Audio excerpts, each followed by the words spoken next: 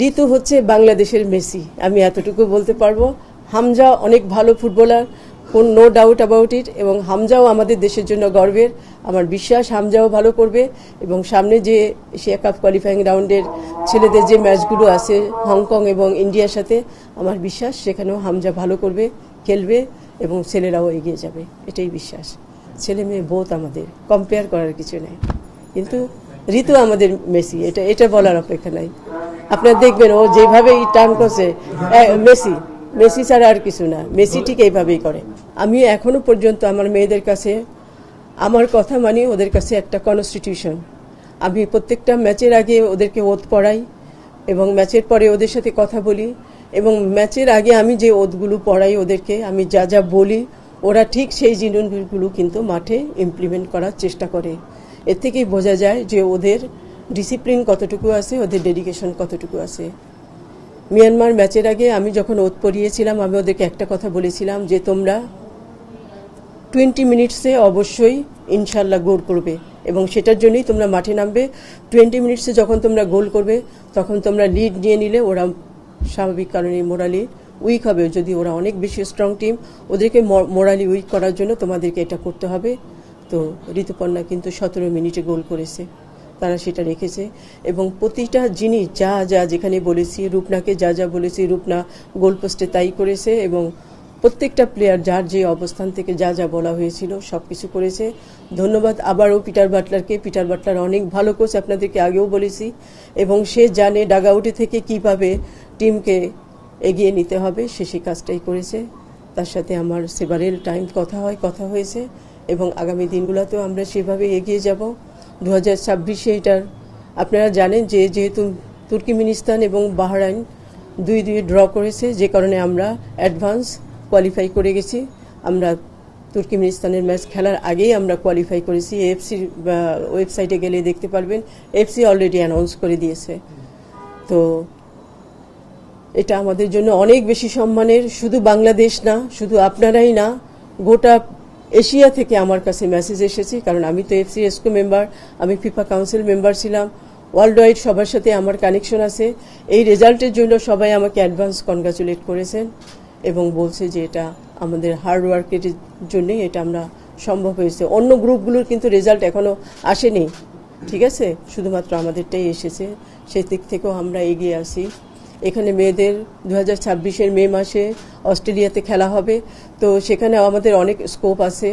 সেখানে প্রথম যে 6টা টিম থাকবে, খেলা গ্রুপে 6টা টিম থাকবে, তারা সরাসরি চলে যাবে ওয়ার্ল্ড কাপে, এবং পরে 3টা টিম যাবে আবার অলিম্পিক কোয়ালিফায়ার্সে, ঠিক আছে। তো এরকম অনেক স্কোপ থাকবে। আমার বিশ্বাস যে 2026-এর এই ফাইনাল রাউন্ডে গিয়ে মেয়েরা আরও বেটার কিছু গেইন করবে। আপনি যেটা বলছেন এটা আমাদের মাথায় আছে। আমাদের প্রেসিডেন্ট তাবিদ আউয়াল এই মুহূর্তে তো হয়তো বোধহয় আজকে দেশে আসছেন, যতটুকু আমি জানি। ওনার সাথে যেহেতু আসছে, আমি কাল পরশুর ভিতরে বসবো, কথা বলবো। অবশ্যই প্ল্যান আছে, কারণ সুযোগ বারবার আসে না। আমাদের যখন সুযোগটা এসেছে আমরা সেটার প্রপার ইউটিলাইজ করব। আমরা অবশ্যই ভালো টিমের, আরও স্ট্রং টিমের সাথে, কারণ আমি যখন ফাইনাল লেভেলে এশিয়া কাপ খেলতে যাব সেখানে কিন্তু অনেক স্ট্রং টিম থাকবে, জাপান, কোরিয়া, চায়না, ঠিক আছে, অনেক স্ট্রং, অস্ট্রেলিয়া, অনেক স্ট্রং টিম থাকবে। তো আমাকে সেই প্রিপারেশনটা নিয়েই সেখানে যেতে হবে। তো আমরা যে কয় মাস এখন পাবো, আমি সেটাকে সেইভাবে ইউটিলাইজ করব, এবং সেইভাবে পিটারের সাথে অলরেডি কথা হয়েছে, একদম কনসেন্ট্রেট করা হবে, ফোকাস করা হবে ওটাতেই, যাতে আমরা ওখানে বেটার কিছু করতে পারি। আমাদের টার্গেট থাকবে প্রথম 6-এর ভিতরে যাওয়া। আমাদের তো অনেক বেশি স্বপ্ন ওয়ার্ল্ড কাপ খেলা, তো সেটার জন্যই আমরা মাঠে নামবো, এবং সেটার জন্যই আমরা কাজ করব। এবং মেয়েদেরকে আপনারা জানেন যে আমি প্রতি মুহূর্তে অন্তত মিনিমাম সপ্তাহে একদিন হলেও আমি ওদেরকে নিয়ে বসি, সেশন করি, ওদেরকে মোটিভেশন দিই। কারণ মোটিভেশন একটা অনেক বড় জিনিস। ওদেরকে যখন মোটিভেশন করা হয় তখন ওরা আরও বেশি মোটিভেটেড হয়। ওরা জানে যে ওদের ফিউচারের জন্য ওদের কী করতে হবে, ওদের ক্যারিয়ারটা যদি ওরা ভালো করতে চায় ওদের কী করতে হবে। এই জায়গাগুলো থেকে সবসময় আমি মোটিভেশন দিয়ে থাকি, এবং সামনের দিনগুলোতেও তাই করব। এবং একইভাবে শুধু মোটিভেশন না, মোটিভেশনের পাশাপাশি আমরা অনেক বেশি প্র্যাকটিস ম্যাচ খেলবো, এবং এই সময়ের ভিতরে আমরা বেশ কিছু স্ট্রং টিমের সাথে ফ্রেন্ডলি ম্যাচ খেলবো, নিজেদেরকে তৈরি করার জন্য, ঝালাই করার জন্য, যাতে করে আমরা ওই জায়গাটাতে গিয়ে একটা বেটার কিছু করতে পারি। আমাদের লক্ষ্যই থাকবে ওইটা, আমরা যেটা গেইন করেছি সেটার প্রপার ইউটিলাইজ করা। আমি আপনাকে একটা কথা বলি যে এই যে অফারগুলো আসে, এটা কিন্তু আমরা কমিউনিকেশন করে ওইভাবে নিয়ে আসতে পারবো না, ওটা সম্ভব না। এখন ওরা যখন কোয়ালিফাইং রাউন্ড ফাইনাল খেলতে যখন ওরা যাবে অস্ট্রেলিয়াতে এশিয়া কাপের ফাইনালে, তখন দেখবেন যে এই যে ঋতুপর্ণা যখন ওখানে এই লেভেল থেকে খেলবে, তখন দেখবেন যে ইউরোপের ক্লাবগুলো থেকে ওর কাছে অফার আসবে, বিভিন্ন ভালো দেশের থেকে ওর কাছে অফার আসবে, ঠিক আছে? তো এগুলো কি করতে হবে, ওর যার প্লেয়ারদের খেলাগুলো মানুষকে দেখতে হবে, মানুষ যখন খেলাগুলো দেখবে দেন অফার আসবে। এইভাবে পুশ করে 2-4টা হয়, ভালো কোনো জায়গায় হয় না সেটা। অ্যাকচুয়ালি ভুটান লিগে ওরা খেলতে গেছে ওদের নিজেদের ইচ্ছায়, আমরা কিন্তু ওদেরকে ভুটান লিগে খেলার পক্ষে না, কারণ ভুটান তো কোনো ভালো লিগ না।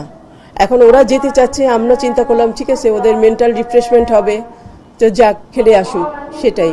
ভুটান লিগে খেলে তো অবশ্যই ইমপ্রুভ করবে না, ওদেরকে ভালো লিগে খেলতে হবে। রোনালদো অনেক স্টাইলিশ প্লেয়ার, ওইটা এখনো হয় নাই, আমাদের জন্ম হয় নাই। রোনালদো আমাদের একজনেই, সে হলো কাজী সালাউদ্দিন, আর কেউ না। For more updates, subscribe to our YouTube channel and click on the bell icon. Follow us on Facebook and Instagram. Download T-Sports app to enjoy exciting games and highlights. Visit tsports.com.